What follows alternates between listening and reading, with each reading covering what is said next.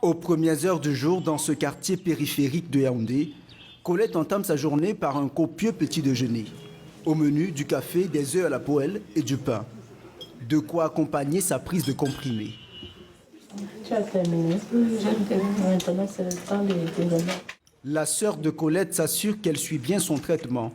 Des médicaments pour calmer les effets d'une maladie rare appelée lupus. Une maladie chronique dont souffre la trentenaire depuis 3 ans. Le lupus est un dysfonctionnement du système immunitaire. Normalement, il est censé nous défendre contre les microbes, mais chez Colette, il détruit les cellules de son corps. La maladie se caractérise par un rhumatisme inflammatoire avec des douleurs aux articulations qu'elle soigne grâce à ses médicaments anti-inflammatoires. Quand il prend le remède le matin, je suis vraiment soulagée. Ce sont les médicaments qui me soignent. C'est pour les articulations, parce que c'est pour la douleur aussi. Aujourd'hui, grâce à ces anti-inflammatoires, l'état de santé de Colette ne se dégrade plus, mais reste une préoccupation pour sa sœur. Elle redoute de revivre le cauchemar d'il y a quelques mois. Le lupus de Colette l'avait alors paralysée, l'empêchant même de se déplacer. Ce qui se voyait à l'œil nu, c'était que les articulations étaient enflées. Donc on ne dormait pas toute la nuit. Il y avait aussi elle avait aussi froid. Il y avait aussi les cheveux qui tombaient. Lorsqu'il y a des examens à faire, ça va même à plus de 200 000, plus de 300 000, voire même parfois même 400. D'énormes sacrifices financiers pour une maladie rare. Une affection pour laquelle il n'existe que quelques rares spécialistes au Cameroun, comme dans cette clinique de Yaoundé. Colette y a régulièrement rendez-vous avec le médecin qui la suit, Dr Elondou. C'est ce rhumatologue qui a diagnostiqué le lupus de Colette. T'as pas de douleur là. T'as pas de douleur. T'as pas mal quand je fais ceci. Non, t'as pas mal de l'autre côté.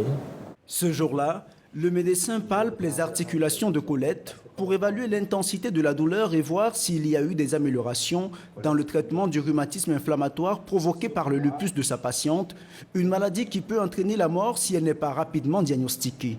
Le lupus, c'est un rhumatisme inflammatoire. Dans le cas de Colette, son système immunitaire, au lieu de lutter contre les agressions extérieures, va se retourner contre les propres constituants de son corps. Alors, ces manifestations peuvent atteindre toutes les parties de son corps, tous les systèmes possibles. C'est-à-dire que le système nerveux, c'est-à-dire que le système digestif, c'est-à-dire l'appareil locomoteur, tout chez elle peut être touché.